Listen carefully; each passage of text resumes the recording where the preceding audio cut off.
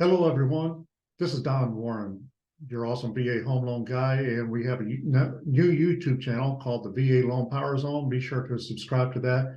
Today, let's talk about getting into using your VA home loan for investments. Yesterday, Joe Sosh and I had a conversation. He's in Middle Tennessee. He specifically serves the Fort Campbell area. He serves a lot of veterans as well. So we just had this conversation. Let's get into that and see what unfolds. Joe has got some questions for me, and we're going to go through that. And I'm going to try to provide the best answers I can with that, and see where we can go. Okay, Don. I just learned a long time ago. I didn't learn about the investment side of the VA loan until I became a realtor 13 years ago. So I'd been out of the military for, well, a little over 20 years before I even learned this. And so it became very intriguing to me because I do a lot of investment properties, and this is a great way I feel that service members and veterans can increase their wealth and start building a portfolio for themselves while they're still active. Absolutely. And that's one key thing. It's a matter of doing it the right way, but there are a number of homes that you can get into with zero down payment using the VA loan and using the entitlement the right way. One of the key factors is whether it's a single family or multi-unit, up to 4 units on there, the primary residence needs to be the primary residence for at least a period of time. VA does not have a minimum time on there, but it does not need to be a situation where they live in the home for 3 months and then flip it, then move out, go buy another home. They don't need to move into it with the intention of the immediate intention of they're going to turn that single family unit home or that home that they're want to live in for a very short period of time into an investment property and to rent it out. But it's great to, hey, buy a duplex, buy up to a 4 unit, live in one, rent out the other 3. You can actually use that other 2 or 3 units to to use that as qualifying income to buy that multi-unit. Yeah, definitely. And you kind of touched on something about, the VA didn't have a certain amount of time that you had to live there. And a big question I get, since they have to be owner occupants, what happens if they're PCS'd? The VA allows for that. Basically, it just needs to make sense as far as why they need to go ahead and move. When they are applying for the loan, their intention is that they will generally be occupying it within 60 days. In certain situations, it may be longer than that, but say that they're already deployed on there. But they can, as long as they have strong ties to that community, as long as there are certain other things in place, like they're going to be coming back after deployment on there, and they're still stationed at that location, then yes, it could be longer than 60 days when they actually take occupancy. But also primary occupancy, it can be satisfied by the spouse or kids or certain people. So it needs to make sense. However, if they're living there, they buy that, say 2 or 3 months later, they get PCS to a different location. It happens on there, or that they get deployment orders and they're going to be gone for a while on there. That happens. That's not a problem. The VA does not have any issues with that.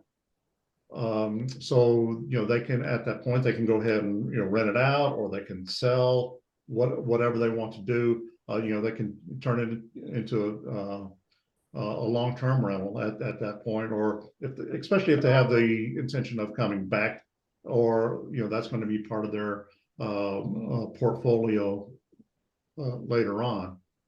So there's other circumstances too where a couple they buy a home, they move into the home, and then there is they decide they're going to get a divorce. It's life. It happens on there. So the VA would allow for them to, they don't have to stay remaining living there. They, because it just doesn't make sense. Or, hey, here's another, here's a happy circumstance. They are now found out that they're pregnant and with twins, and the home is, the family's growing. So they want to step up and move down the road to a larger home.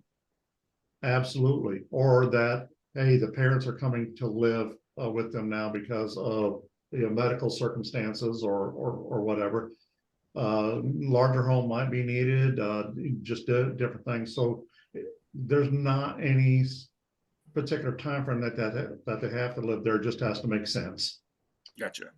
All right. So then to that there kind of segues into a next question that I get a lot is, okay, if I have to move, I get PCS, we have to upsize house.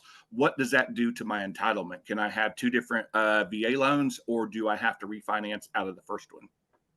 Excellent question on this. One thing about the certificate of eligibility, initially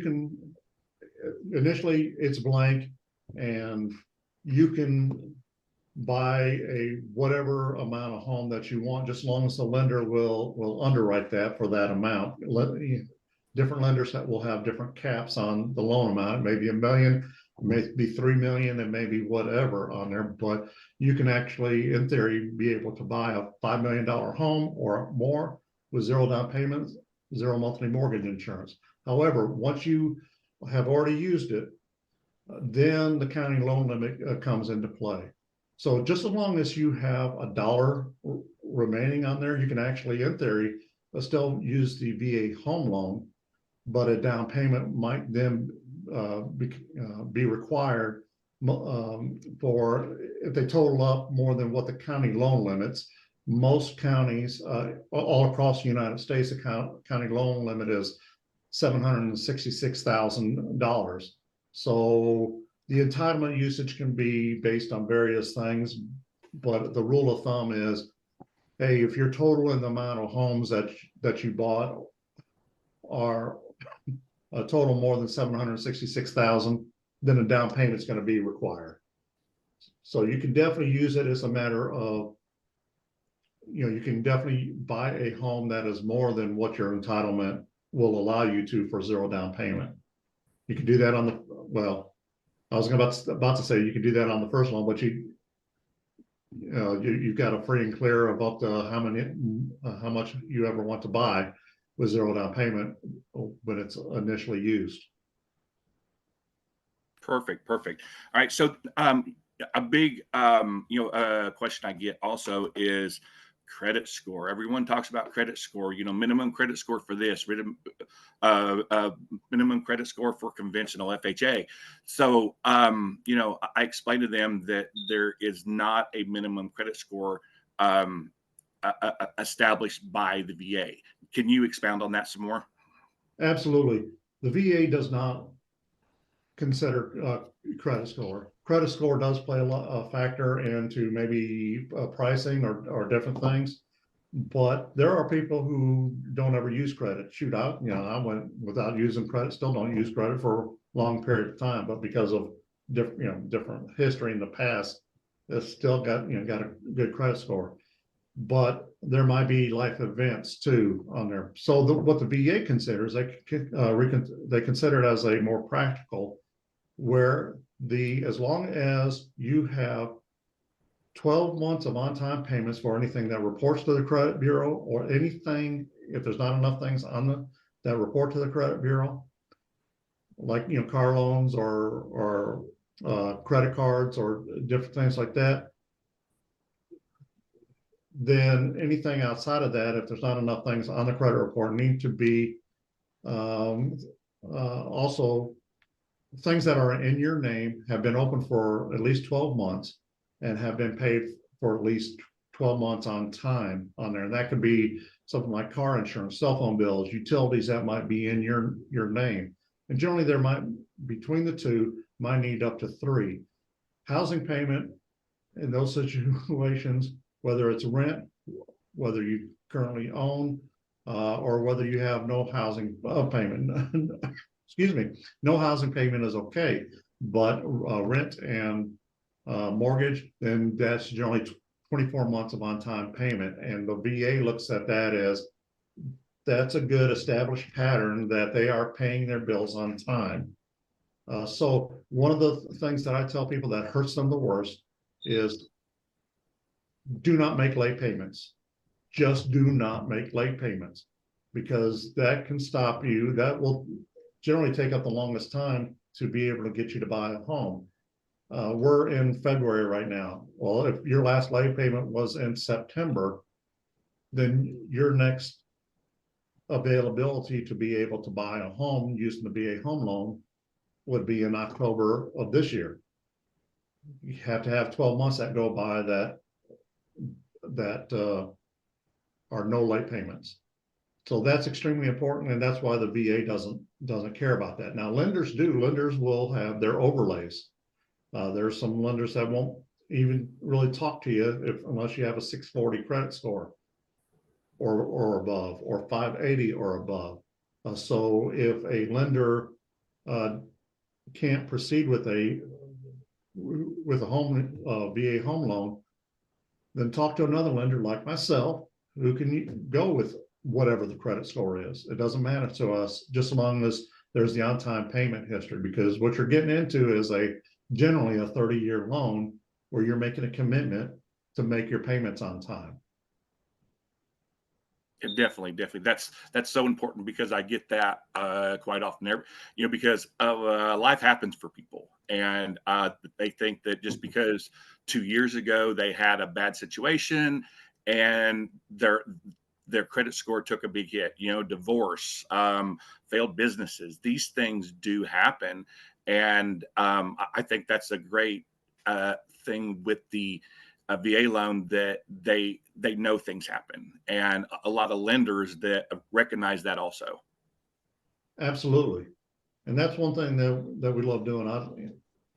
I've worked with a number of people where the credit scores were in the low 500s, or no credit score at all. One thing that I've found, though, is that generally if you get below the low 500s, like 510, 520, then what you start seeing on the credit report are recent late payments, and that holds people up so often. And I hate telling them that. It says you need to continue to make late payments for a 12 months period of time, and then we're good. Gotcha. All right. Well, another question I get a lot, veteran service members come in and said, "Hey, I tried to invest in a property and just tried to go the conventional route, and the lender required that I have a major reserves. What is the criteria for the a VA loan on reserves?" The most reserves that you'll need to see is 6 months of reserves. That is 6 months of the anticipated mortgage payment, like on a multi-unit, 2 to 4 unit, if and only if you are going to be using that other 1, 2, or 3 units as your qualifying income to get the mortgage with, to buy the multi-unit home. That's generally the major reason why reserves are needed. However, if you're not needing to use that income to qualify to be able to purchase, you don't need reserves on it. Yes, that you kind of touched on my next point is the income from the properties can be used to qualify for your mortgage if you don't quite make enough to qualify, where that $1,000, $1,500, $2,000 a month per unit can help you qualify for the loan. Absolutely.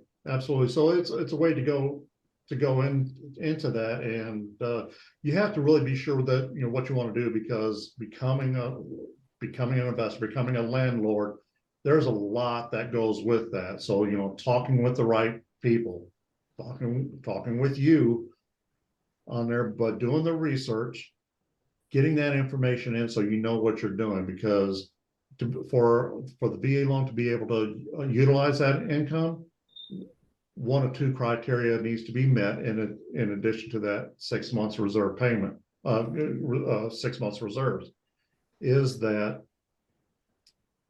need to have landlord experience, which means 2 years of tax returns that show landlord experience. Or here's something else here: hire a property management company, and then we can use that income. So you don't even have to have that experience to begin with. Hire a property management company. Do you do property management yourself? I do not. I do not. It's Yeah, a totally different world, and it's it, yeah. it is. There's a lot of uniqueness to that, and that's not something that I can do. But I am sure that you probably know a number of property management uh, companies, people in your area that you could help anyone looking to invest be able to get off on the right foot as a landlord, because it's a fantastic way to build wealth, but you need to go into it educated on there and understand what you're getting into, because things can happen on there and you just need to be prepared. You hope that nothing does happen and everything goes smooth. But what if that property can't be rented for a period of time? That's one reason why that 6 months reserves is there, is to cover that mortgage payment. So it's very key. Yes, yes, definitely. And something else I highly recommend to everyone, not just veterans, but understanding how to evaluate a property. That is so important, to understand. Is it going to cash flow? Is it going to accomplish your goals? What what is your MO in it? Are you playing depreciation? Are you playing cash? What is your ultimate goal with this property? And that can be where most people make their mistake, is not understanding the numbers. Oh, it's a pretty house or it's a pretty quadruplex, but if it's priced too high, then it doesn't make sense, and you could go in the hole right off the bat. And that's something that I do to all my clients, especially our veterans and service members. I have people that can teach them how to evaluate a property. That is so important in investing in real estate.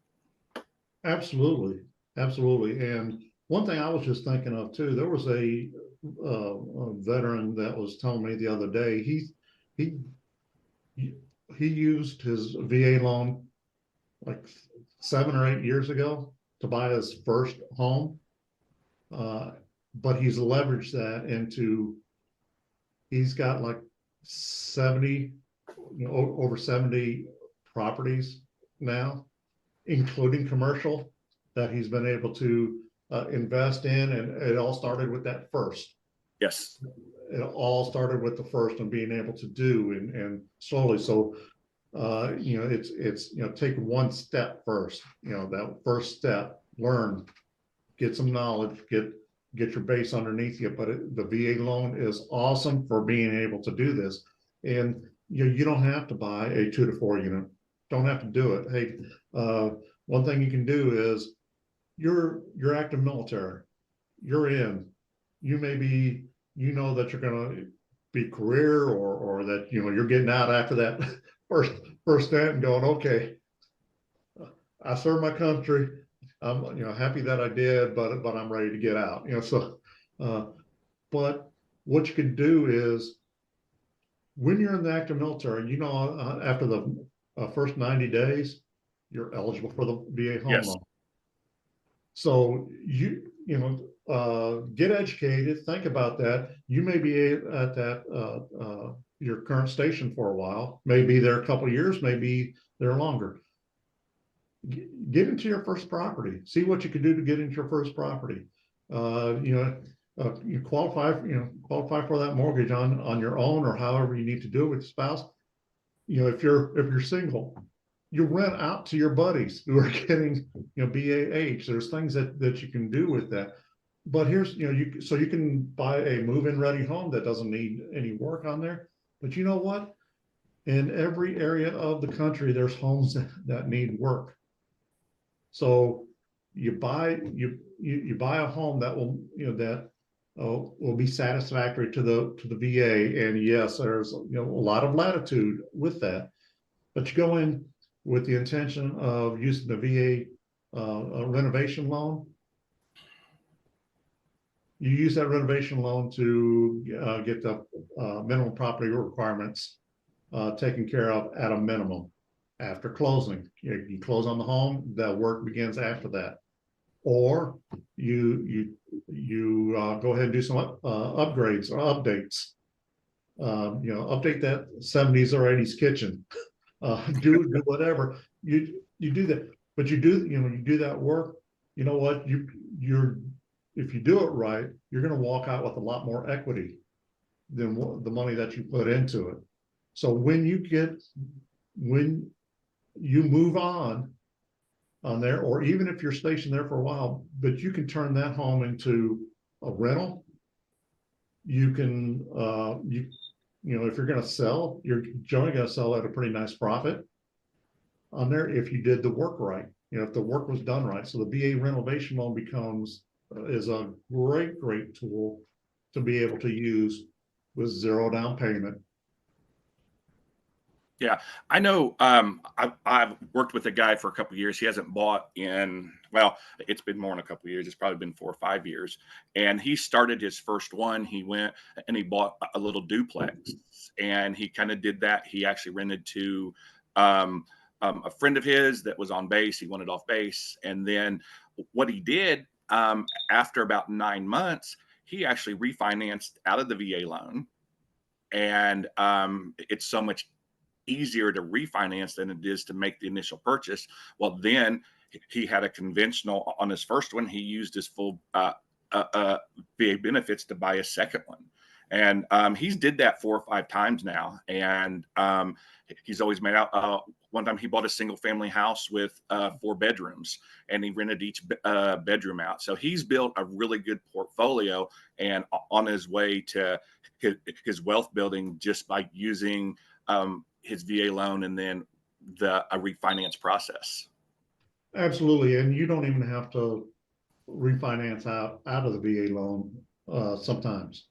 Right. Every situation is unique.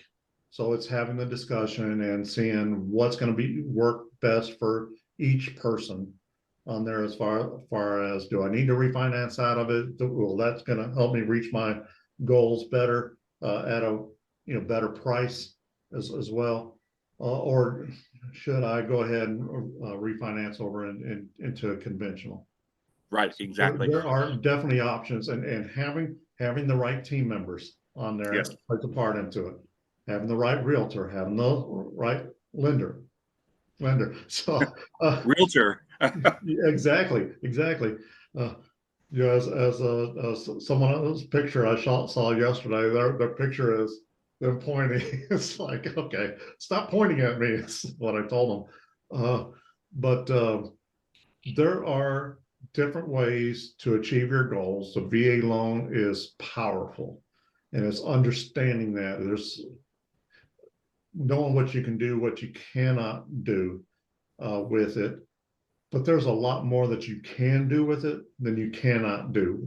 One of the key factors is the VA loan needs to be used for your primary residence. Yes.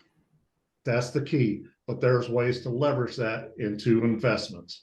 So that's what you want to do on there. And talking to you, Joe, you and your team, and talking to me, we're going to help get you there. Yeah, definitely. Let's talk about one thing that is I see a lot. Being close to Clarksville, Tennessee, and Fort Campbell, there are a lot of retirees. There's a lot of veterans, not just active duty. So let's talk about the VA funding fee and where in circumstances to where it's actually waived. I see this a lot in retirees and veterans, to where in certain situations that VA funding fee can be waived. Talk about that some, Don. Absolutely, and that's something that we need to do better about getting the information out there. One of the more, one of the more one of the more aging populations right now is the Vietnam veterans. On there's still a few WW2 veterans, still a few Korea veterans, but Vietnam veterans are part of the aging population now. Shoot, I'm younger than that, and I'm part of the aging population. But the funding fee for, first of all, for first time use, the funding fee is 2.15% of the loan amount if there's zero down payment. For subsequent use, it's 3.3%. So subsequent use, 3.3%, $300,000 home, you're saving $10,000 if we can show exemption. So how is it that we get exemption? Do you currently have a service-connected disability? If you do, it doesn't matter what percentage it is. Generally, it's going to be at least 10%, but it doesn't matter what percentage it is. It's going to show on the certificate of eligibility is that you are exempt. But you do not have to already be receiving it. Here's something key on this. Are you entitled to it? There's a lot of veterans that I have talked to, and I was mentioning Vietnam vets, that have never applied or applied 30 years ago and that were denied. Reapply. Just as long as you reapply, do your intent to file prior to closing on the home. We're going to assume that it's going to be approved. So once it is approved, if it's approved after closing, just as long as that active date that shown is prior to the date of closing, you will get a refund of the funding fee. Again, $300,000 home, it's your subsequent use on there, or first use, you're saving $10,000 on that. Could be more, could be less on there, but that's a lot of money. That's a lot of money on there. Now, what the funding fee does is that goes to fund the administration of the VA loan to help more veterans and more veterans. So service-connected disability, let me ask you this here. How many, it doesn't matter what branch we're in, but how many of us are around loud noises when we served? Oh, I can't think of anyone that was not. Well, I wasn't. Oh, you wasn't? Okay. I was in a nice air-conditioned building Monday through Friday. I was good. I couldn't, I couldn't get a service-connected disability for paper cuts. So it's like, I didn't work with papers. I worked with electronics, but still, I was serving squadrons. Helicopter squadrons. Plane squadrons. But there are a lot. It doesn't matter what you do. A lot of veterans have tinnitus. That's the easiest thing to get your entry into. So if you've been denied before on anything, it's just, if you have tinnitus or if you have something else that you know that can be done, get it applied for. You can go on to va.gov to start the process, do your intent to file, or better yet, go to a veteran service officer in any county, go to the American Legion, go to Disabled American Veterans, go to VFW, go on Facebook and to one of these groups, because there are a lot of people that can help you and direct you in how to best apply. Doing your intent to file is easy on there. So, but even if even if you've never applied, done your intent to file, or even if it was 30 or 40 years ago, still do that. One, you've earned it. Period. You've earned that. This is a heck of a way to earn it, but you've earned it, and we appreciate everybody that has sacrificed. But you need to get that done. But so you get two benefits from that. One, you get the possible waiver of the exemption of the funding fee. The other thing is you get a tax-free check the rest of your life. One guy that I talked to just a few months ago, he started off with tinnitus. He's like up to 80% disability now. So he's making a lot more money than that 10%, Yeah. which has helped him. But he's been out for quite a while. So he's kind of missed out on. So we have to educate. That, I mean, you said the key there, education. And what you just said kind of falls in line with my situation. I didn't file to 30 years after I was out. Yeah. Yeah. And because the education is key. I had no idea. I did not know.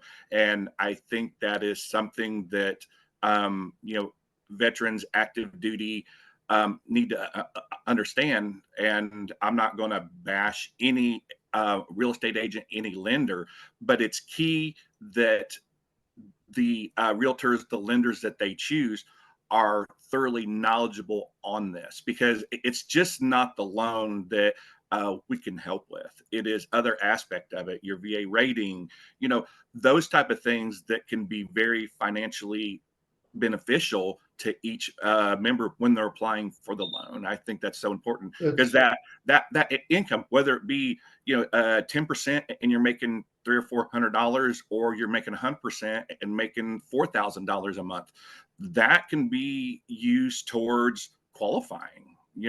Oh, absolutely. That can be used towards your DTI. And knowing it's tax free, it's guaranteed every month, is a huge benefit. And like you said, everyone has earned it in one way or the other. They've earned it. It's not something that is a free, it's not a gift. You have earned it. And don't be too proud to say, well, I've served my country, that's enough on there, I'm okay with that. No, what you need to do is you need to think about, long term, whether you currently have a family or not have a family on there. At some point you're going to be, need to take care of some people. This is a good way to help with that. So think of it that way, how you can help others. It's not that you're trying to gather something. Hey, listen, if you haven't earned the entitlement, don't apply for it. Yeah. But there are a lot of things, a lot of injuries. Some are physicals, some are not on there. But your service has caused those injuries. So make sure that you take that step. And you've done the battle. You've done the battle in your service. What you need to do is to now continue that battle for you and your family on there. And hey, sometimes it might be easy. Sometimes you're going to have to fight. Hey, it's the government. So sometimes you're going to have to fight more. But you know what? Think of how many others have served that have your back, that can help you with whatever resources you need to be able to fight to get what you deserve on there. Here's another someone else who can be exempt. How many people have Purple Hearts? Yep. So, hey, listen, those generally you would think that okay, those who have Purple Hearts and are out are probably receiving service-connected disability. But if you're if you're still active and you have a Purple Heart, then generally it's going to show as generally if you're active, it's going to show as non-exempt from the funding fee. You would have to pay the funding fee. If you have a Purple Heart, then what we want to do is, that's one, I always ask that. I have not run across one yet on there, and hopefully I will, and we'll see more. But if you have earned the Purple Heart, have been awarded the Purple Heart, then we might just have to submit documentation to the VA. Getting things updated from the VA on the certificate of eligibility most of the time is very simple, very simple. But again, it's having the lender who has your back, who knows how to do that, to get that taken care of. Yes. So that's another key factor. Surviving spouses are exempt from the funding fee. So yes, this whole this entire conversation boils down to education, and that's something that I strive to do with each and every person that hires me as their agent, understanding the entire process, understanding a red tape of it, understanding how to get it pushed through, and the team involved, like yourself. Don, me and you just closed one together last Friday. It was one of the smoothest VA transactions I've ever done. Ever done. It was smooth. A service member, him and his family are active duty. They're PCS in here, and they are thrilled with the way the process went. And they said, and this was not their first VA loan. This was like their third. They've sold a house. Every time they've transferred, they sold and purchased again. And they said they felt the most confident and educated throughout the entire process. They learned so much in this transaction that it boosted their confidence. It's things that they never learned in their other two. I appreciate hearing that, but that's something where it's a great team because it all started with you. It all started with you on there, and the way that I saw that you worked with them throughout on there from the very beginning throughout was inspiring to me on there, because you just don't see that with everything. There's realtors out there with good intentions, but they don't do what they need to do to really help the client understand or stay in contact. Exactly. or to educate. Again, it's all an education process throughout, and it doesn't matter how many times someone has been through the process. I used to get on there, it says, well, it shouldn't be like this. I've owned homes before. Yes. When's the last time that you bought a home? 2005. Things have changed, especially in 2008. So, exactly. And what you're saying is so true. It's not, there's no ill intentions. It's about, as much as we educate our clients, the agent, the lender, even the title attorney needs to understand the process. It's their education, and it's not anything anyone's trying to provide a disservice. It's just they don't know there's so many nuances that goes into a VA loan. It's a little niche in itself, and the person that they pick needs to have a thorough understanding of that process. Exactly. And it's even some of the big name companies on there that market heavily to veterans don't necessarily company wide don't necessarily get it right on there. So Definitely. it's important on who you work with matters. Yes. It definitely does. Also keep this in mind too. If a lender turns you down, says we can't proceed, check with another lender. What's the reason why that lender cannot do it? Each lender is different in what they can do. If you want to do it, you want to buy a manufactured home, not all lenders do those. Who can do those? And even of who can do those, okay, so you're wanting a single wide, but they only do double wide and above.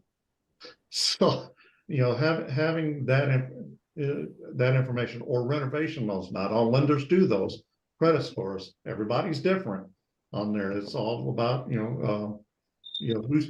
who's the investors that's given the money to put up to buy to finance that loan for you to get you to closing. But we're all a team. I don't make money unless you close on a home, and I'm not going to give a pre-approval unless we're sure we have a path to get to closing. Oh, I agree. Here's one very, very key on this. And if your lender has given you a pre-approval for a VA loan, but they have not pulled your certificate of eligibility, run. Yes. Verify that they've done that. there's a lot of things that cannot be done unless a certificate of eligibility has been pulled. One of them is the appraisal is not supposed to be ordered until a certificate of eligibility has been received. Correct. Well, that's where something that I do personally, again, I've done this, oh gosh, the so many times. And what you just said are questions. If I have a new client come in and they said, okay, I have a lender, I start asking questions. And that is one thing I do ask. Has your lender pulled your certificate of eligibility? That's probably the first or second question I ask, because we want, as a person representing, our veteran community, our active duty community, it's important to me that that person gets the best possible VA experience they can get, because it's really, if the agent and the lender are knowledgeable, it's actually an easy process. I've heard people say it's a nightmare, it's so difficult, and that comes down to the agent and the lender knowing what they're doing. Absolutely, absolutely. But it is, the VA loan, we've mainly been talking about investment in properties, to turn that into investment. So, definitely keep that in mind. Hey, also listen, if you're being getting PCS somewhere else, you still have a loan on your first property, but you want, your first home that you're getting moved away from, you can rent that out, still have a mortgage on it, but just as long as we can, just as long as the underwriter can tell that it can be rented out easy for more than what your mortgage payment is, we can offset that payment, therefore helping you qualify more. So it's important. And hey, even if you're going to sell it, that's up to you. But we want to open your minds as far as what is possible on there, because I think back, if I would have known that I could have purchased a home while I was in Norfolk, Virginia, and live there instead of renting an apartment, I certainly would have done that. We rented an apartment. There was three of us living there. I could have easily bought the home. I could either bought the home myself, rent it out to the others, or all three of us gone in to buy the home. Yes. And that's something that well, Don, I think me and you talked about it. I mean, I wish there was someone like us available back when I was in, just to tell me that, because I was in the same boat. Had an apartment, a 3-bedroom apartment, 3 of us are renting just so that we could be off base. And knowing now, I could have bought a triplex, and put two guys in it that paid the mortgage, and I'm basically living there rent free. I mean, I just use that BAH for other purposes. Yes, exactly. And it's just, and I'm proud of my service. I'm glad I served, but I think that there is a huge lack of education. People just don't know. I mean, about this program, about your rating, those type of things. There just is not enough education, and that's something that I feel is so important. Yeah, and there's, we were talking about exempt. Who's exempt. One thing that we can probably talk about later on is those who are getting out but have that memorandum of understanding that they're going, whether they're already approved, that they're going to be getting a service-connected disability once they get out, or whether they're in the process, how that affects the home buying and the funding fee. Definitely. And, it's just, we just continue to grow our educational sphere, making sure everyone knows. And, I mean, some service people I've spoken with, they just wanted the educational part. They wanted to understand. They had no intention of buying right now. They just wanted to know what their options were.